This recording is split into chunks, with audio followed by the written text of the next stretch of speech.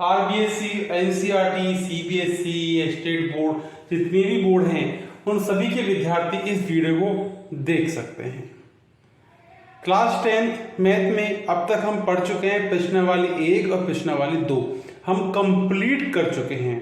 हमारी जो इस समय चल रही है वो है प्रश्नावली 3 और 3 के अंदर हम 3.1 पूरी कर चुके हैं।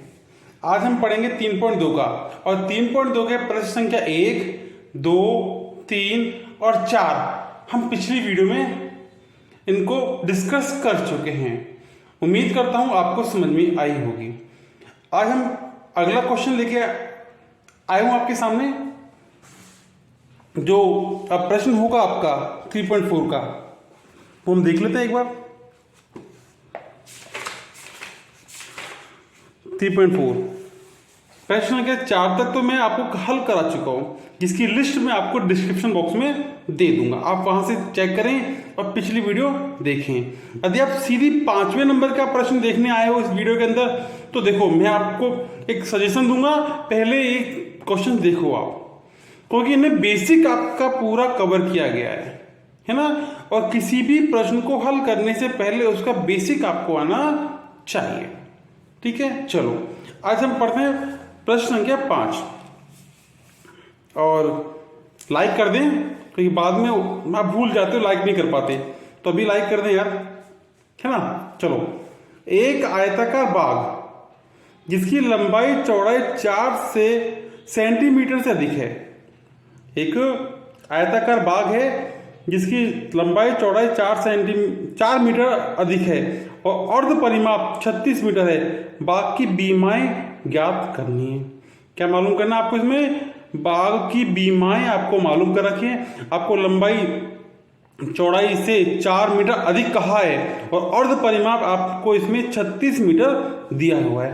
तो आंकड़े आपके सामने दिए हुए हैं, इन आंकड़ों का उपयोग करते हुए आपको बाकी बीमाएं ज्ञात करनी। चलो बुक को रखते हैं साइड में और अब इस प्रश्न को बड़ी आसानी से हल करने की हम कोशिश करेंगे।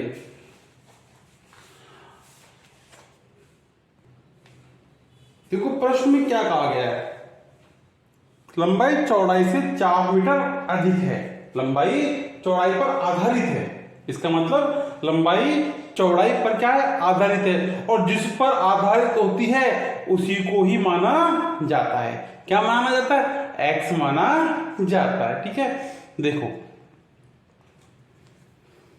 एक एक पॉइंट समझना बहुत महत्वपूर्ण है, इसलिए वीडियो को स्किप ना करें, लगातार देखते रहें। स्किप करने से कई पॉइंट छूट जाते हैं। अभी जैसे अभी मैं एक लाइन बोली आधारित वाली, ये छूट जाती, तो आपने उसको देख लिया। देखो ये एक आयताकार आयत जानते हैं, जिसकी आमने सामने की भुजाएं बराबर होती है, वो क्या होता है? आयत, ठीक है। ये आयत है, आयत की तो होती है आपकी लंबाई, ये होती है आपकी चौड़ाई, और लंबाई चौड़ाई से 4 अधिक है, ठीक है।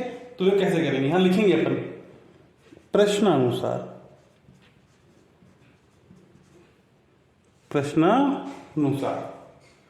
चौड़ाई। भाई लंबाई चौड़ाई से मतलब लंबाई चौड़ाई पर आधारित है, ठीक है। तो जिस पर आधारित होती है उसको क्या मानते हैं? एक्स मानते हैं। तो प्रश्नानुसार चौड़ाई बराबर एक्स, ठीक है।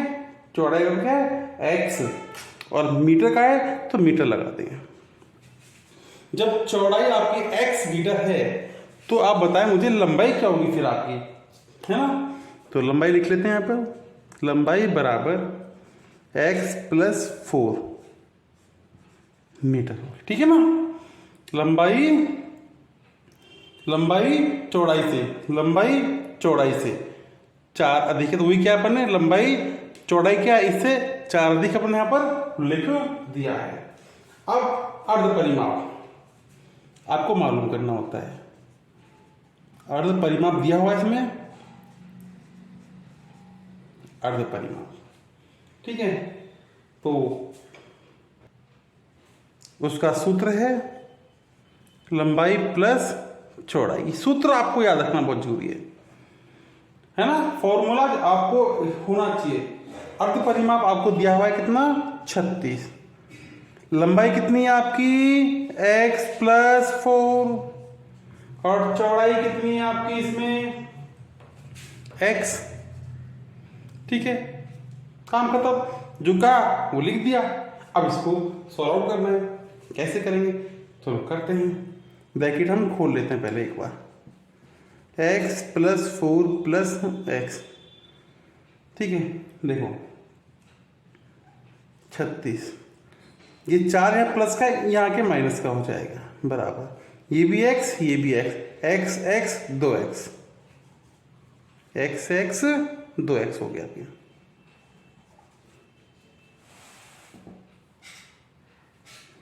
छत्तीस में से 4 गए तो कितने आए 32, 2x। अब ये 2 यहाँ पर चलो 2x पहले लिख ही लेते हैं ना आराम से।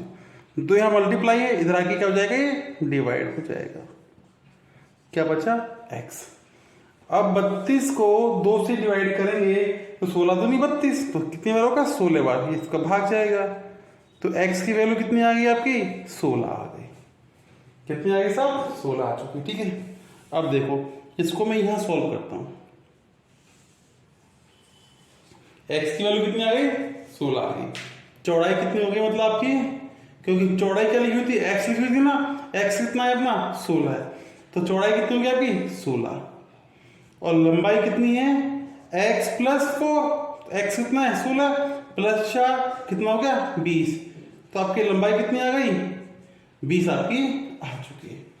तो चौड़ाई आपकी 16 और लंबाई आपकी 20 ये हमें प्राप्त होगी, मतलब उसकी बीमा हमें मालूम चल चुकी हैं। ठीक है, लंबाई उसकी 16 और चौड़ाई उसकी 20। ये प्रश्न समाप्त हो गया आपका।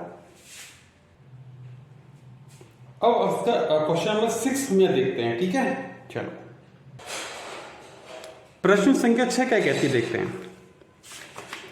प्रश्न संख्या 6 आपकी बोलती है, अब बोलती है बोलता है बोलती है, एक रेखिक समीकरण 2x + 3y - 8 = 0 दी गई है। दो चरों में एक ऐसी और रेखिक समीकरण लिखिए ताकि प्राप्त गुण का ज्यामितीय निरूपण जैसा कि दिया हुआ है। देखो समझो प्रश्न कहना क्या चाह रहा है, पहले प्रश्न को समझो आप। प्रश्न कह रहा है आपसे एक रेखिक समीकरण आपको 2x + 3y - 8 = 0 ये दिया हुआ है। ये प्रश्न में आपको एक रेखिक समीकरण दे दिया।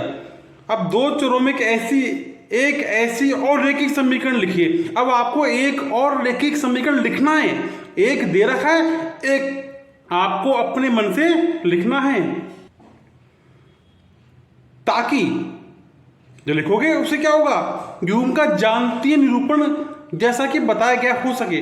प्रतिच्छेदी करती रेखाएं, समांतर रेखाएं और संतापी रेखाएं, इन तीनों रेखाओं के बारे में मैं आपको बता चुका हूं पिछली वीडियो में कि कब प्रतिच्छेदी रेखा होगी, कब समांतर रेखा होगी, कब संतापी रेखा होगी। ठीक है, तो देखो करना क्या है, एक समीकरण दिया हुआ है, एक और लिखना है जिससे हमें प्राप्त हो सके प्रतिच्छेदी रेखाएं, समांतर रेखाएं और संतापी रेखाएं। ठीक है, तो एक समीकरण दे रखा है, एक और लिखना है आप। अब देखो कैसे हल करते हैं, चलो फटाफट हल करते हैं इसको।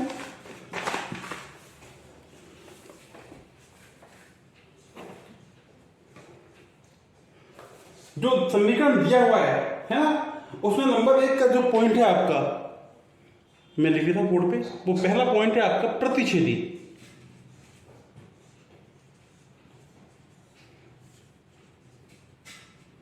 करती रेखाएं हो, प्रतिच्छेदी करती रेखाएं हो।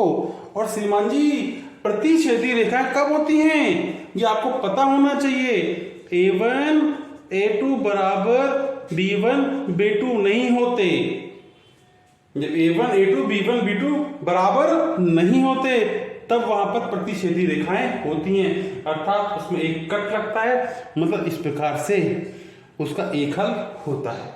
मैं बता चुका था पहले। ठीक है, चलो अब बुक में अपन को यही करके दिखाना है, A1 A2 B1 B2 बराबर नहीं करके दिखाने हैं आपको। बराबर नहीं है तो इसका मतलब वो प्रतिच्छेदी रेखा है। तो जो समीकरण बुक में दिया हुआ है उसको हम पहला समीकरण मानते हैं और लिखते हैं पहला समीकरण।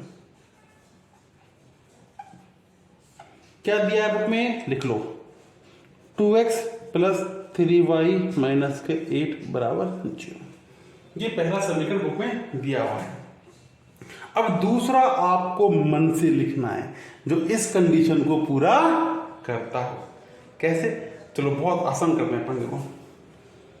2x था बिल्कुल है ना, ये एक काम करते हैं इसको यहाँ ले आते हैं 3x कर लेते हैं, है ना, प्लस का प्लस है ये, और ये 2y कर देते हैं, ठीक है। 2 यहाँ आ गया, 3 यहाँ आ गया, x का x, ठीक है, -8 जो कहते हैं हम लिख लेते हैं, ये बन गया, है ना। अब निकाल देते हैं, ये आपका दूसरा समीकरण हो गया। दूसरा समीकरण, ठीक है। अब एक समीकरण 1 से करते हैं। समीकरण 1 से, 1 में क्या है, A1 कितना है 2, B1 कितना है 3 और C1 कितना है -8।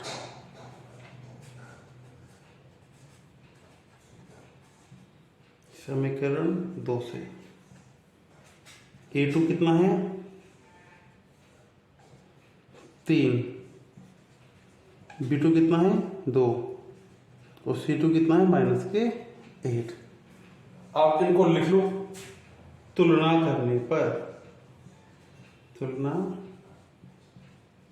करने पर A1 A2 कितना है, A1 कितना है 2, A2 कितना है 3, B1 B1 कितना है 3 और B2 कितना है आपका 2। अब देखो क्या A1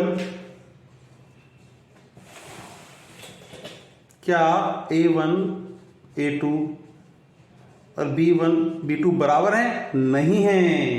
यही तो आपको दिखाना था, अपन ने दिखा दिया, ठीक है। ये आपका प्रश्न का जो फर्स्ट पॉइंट था हमने यहाँ पर इसका समाधान कर दिया, ठीक है। चलो अब सेकंड वाला करते हैं इसका।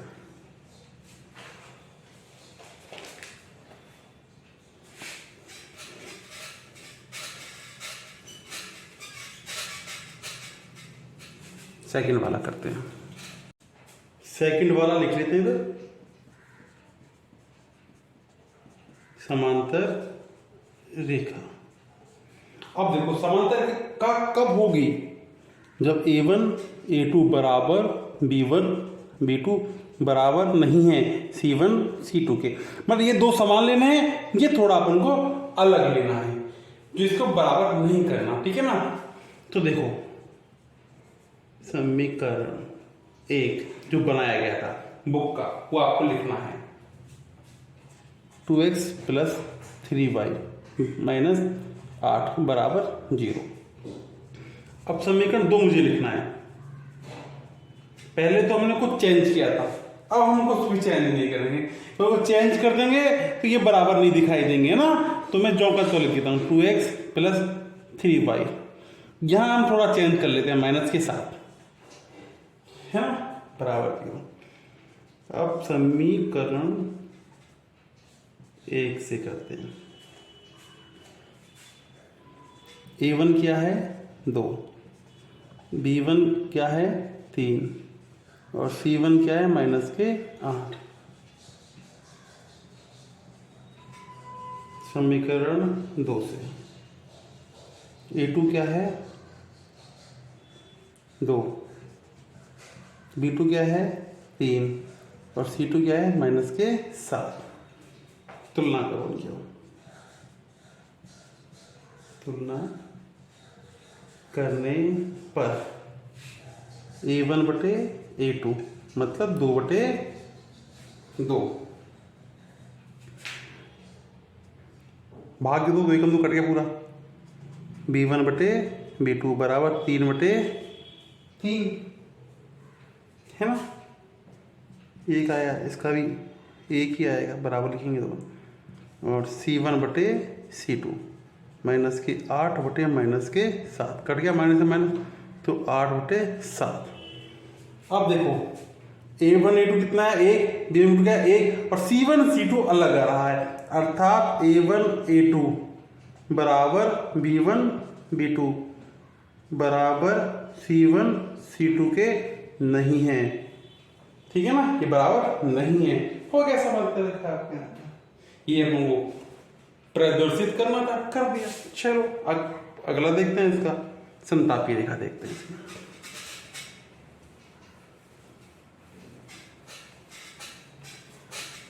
समझ में आ रहा होगा, लाइक कर दें, सब्सक्राइब करें, दोस्तों के साथ शेयर जरूर करें। अब थर्ड वाला है आपका संतापीय रेखा।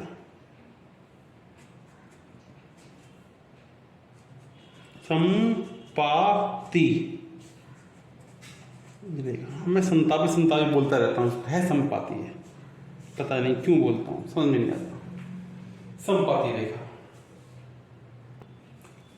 अब संपाती रेखा क्यों होगी? A1 A2 B1 B2 C1 C2 जब तीनों बराबर होंगे तभी संपाती रेखा होगी। अब आपके माइंड में आइडिया आ गया होगा कि अब इन सबको क्या करना है, आपको बराबर करना है। ठीक है, क्या करना है, बराबर करना है। देखो समीकरण 1, 2x + 3y - 8 बराबर के 0। अब समीकरण 2 क्या लिखे आप? समीकरण 2, यहां कुछ बदलाव करें, ठीक है, बराबर आना चाहिए, है ना, तीनों बराबर कर लें। तो देखो पहले अपन ने किया था, है ना, तो अब पहले वाले जो का तो कॉपी कर दो चाहो तो, इसको सब कुछ बराबर आ जाएगा, 1 1 1 आ जाएगा लास्ट में ना, तीनों बराबर हो जाएंगे। ठीक है, एक तरीका तो हुआ है, एक तरीका और नया देख लो, है ना भाई, जो का तो कॉपी कर दो फिर निकाल लो, खाएगा, परंतु मजा नहीं आ रहा यार, कुछ एक समीकरण खुद बनाते हैं। चलो मैं बनाता हूं, 4x + 6y - 16 बराबर 0।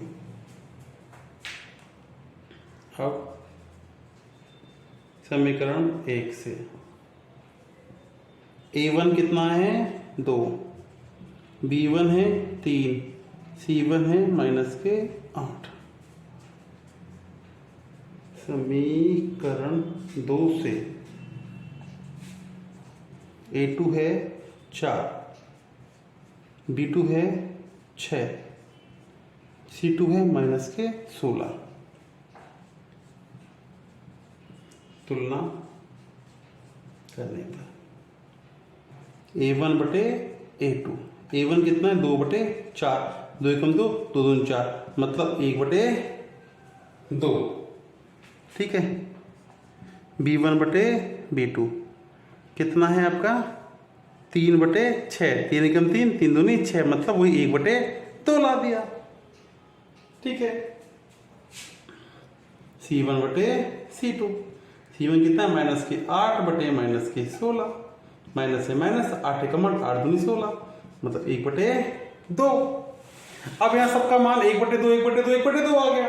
चलो लिख देते हैं, A1/A2 बराबर B1/B2 बराबर C1/C2, सब बराबर हैं, संपाती रेखा हो गई, सब बराबर है।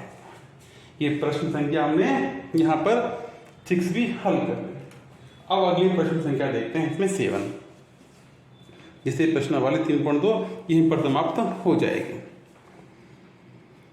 जो 7 नंबर का है आपका प्रश्न, समीकरणों x - y + 1 बराबर 0 और 3x + 2y - 12 बराबर 0 का ग्राफ खींचिए और x अक्ष और उन रेखाओं से बने त्रिभुजों के शीर्षों के निर्देशांक ज्ञात कीजिए। मतलब इन दो समीकरणों से आपको एक ग्राफ बनाना है, और जब ग्राफ बनाओगे तो वहां पर एक त्रिभुज जैसी आकृति बनेगी, जिसके शीर्ष के निर्देशांक होंगे वो आपको लिखने हैं। ठीक है, और उसे छायांकित भी आपको करना है। चलो करते हैं, बड़ा आसान प्रश्न है ना। इसको हल करते हैं। तो लिखेंगे यहां पर दिया है और क्या क्या दे रखा है आपको, x माइनस वाई प्लस 1 बराबर 0 है ना, ये आपको दिया हुआ है। अर्थात x माइनस वाई बराबर, एक प्लस कर जाएगा तो माइनस का 1 यहाँ पर आपका हो जाएगा। कि समीकरण 1 हमने यहाँ पर व्यवस्थित कर लिया। एक समीकरण और दिया हुआ है 3x प्लस 2y प्लस 12 बराबर के 0। तो 3x प्लस 2y बराबर प्लस का जाके माइनस का 12 आपका यहाँ पर हो जाएगा। अब इसके अनुसार आपको, क्योंकि इसने कहा ही नहीं कि संतापीय समपापी जो भी है आपको निकालनी है, प्रतिच्छेदी वगैरह कुछ नहीं कहा है, सिर्फ ग्राफ बनाने के लिए इसने कहा है। तो हम लिखेंगे यहां पर समीकरण 1 से, समीकरण 1 से एक क्या है, x माइनस वाई बराबर माइनस के 1। अब यहां आपको वैल्यू रखनी है पहले, है ना। मैं पास में एक बॉक्स बना लेता हूं इधर ही।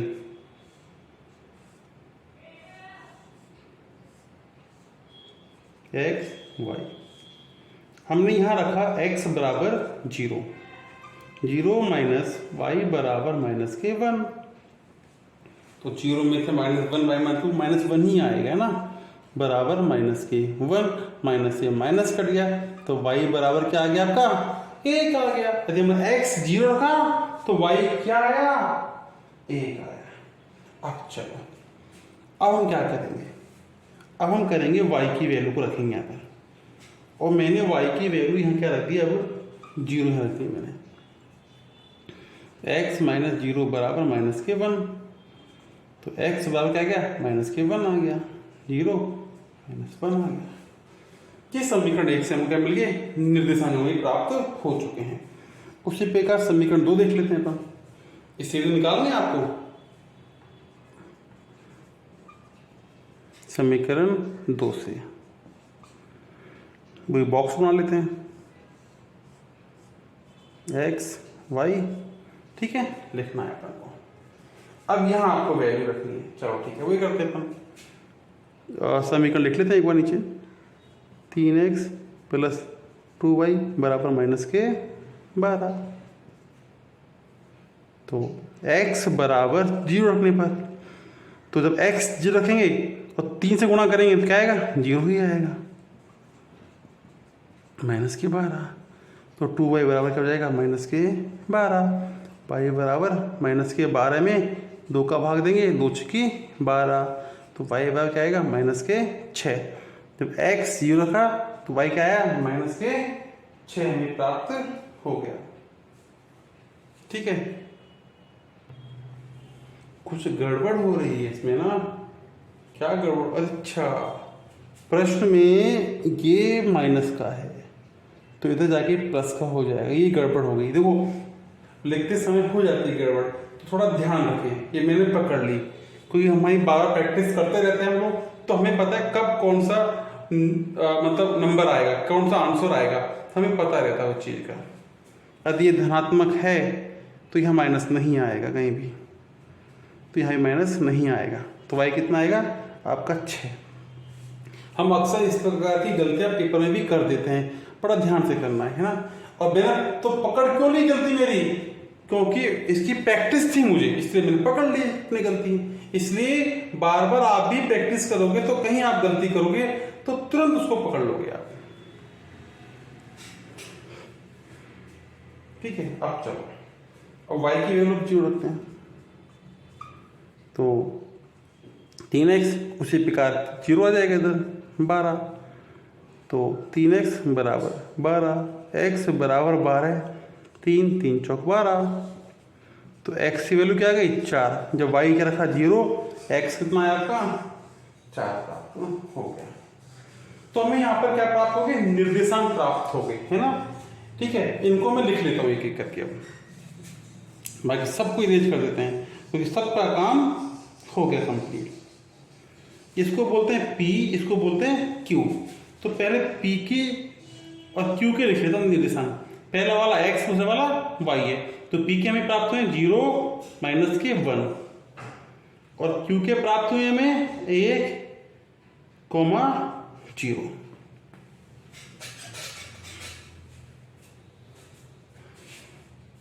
इसको भी लिख लेते हैं पी क्यू, ये R और ये S। तो R के हमें प्राप्त हुए हैं 0,6 और S के हमें प्राप्त हुए हैं 4,0। ठीक है, ये हमें निर्देशांक प्राप्त हो चुके हैं। इन्हीं के आधार पर अब ग्राफ की संरचना करनी है, करते हैं। बड़े आसान तरीके से करेंगे, टेंशन लेने की आवश्यकता नहीं होनी चाहिए। देखो,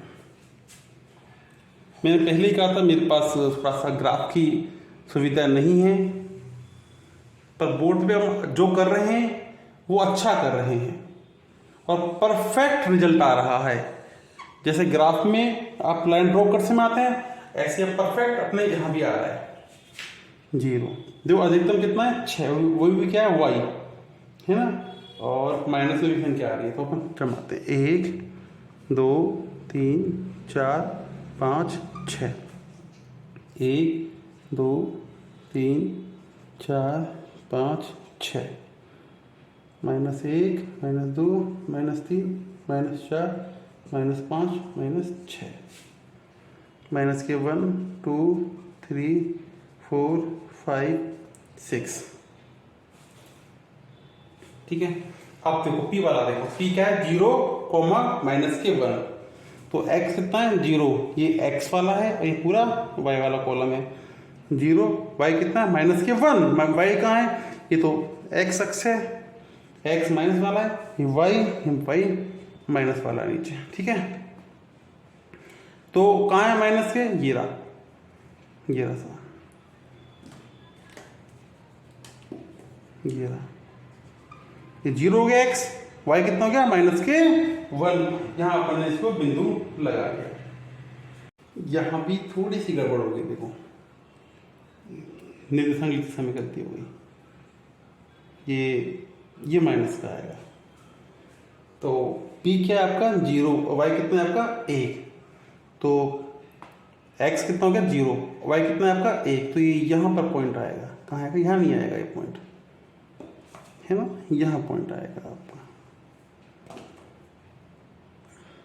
ठीक है, थोड़ा सा कॉन्शियस होकर काम करना है।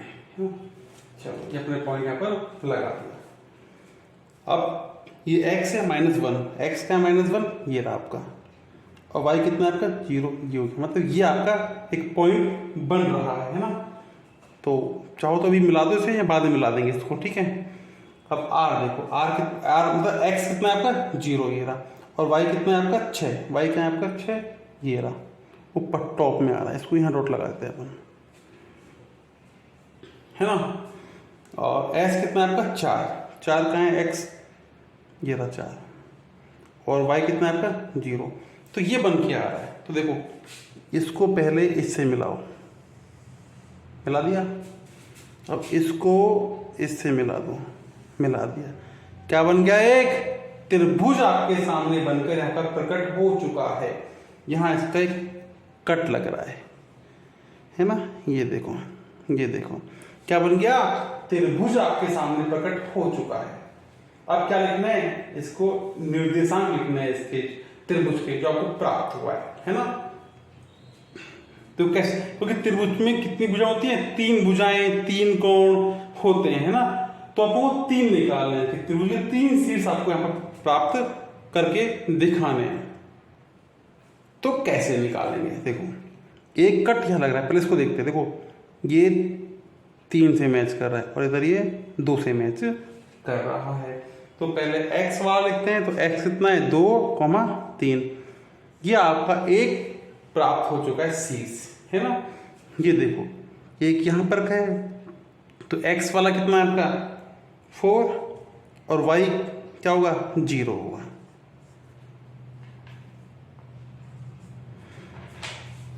एक आपका बिंदु ये रहा, तो x का पहले लिखते हैं -1 और y क्या आएगा इसमें 0 ही आएगा। तो तीनों आपके सामने निकल चुके हैं। अब इन जो तीनों निकले हैं इनको आपके शीर्षों को लिख देते हैं एक बार। इसको मानते हैं P Q R, है ना। कैसे भी आपको नाम रखने रख सकते हो। P रखते हैं पहले,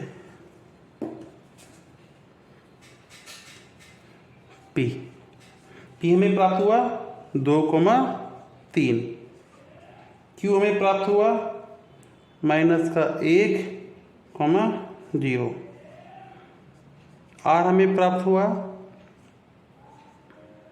4,0। ये इसके त्रिभुज के तीनों शीर्ष हो चुके हैं, है ना। त्रिभुज के क्या है ये शीर्ष हमें प्राप्त हो चुके हैं।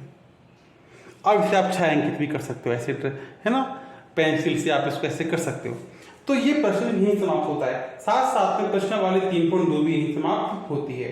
अब प्रश्नावली 3 हम अगली वीडियो में देखेंगे।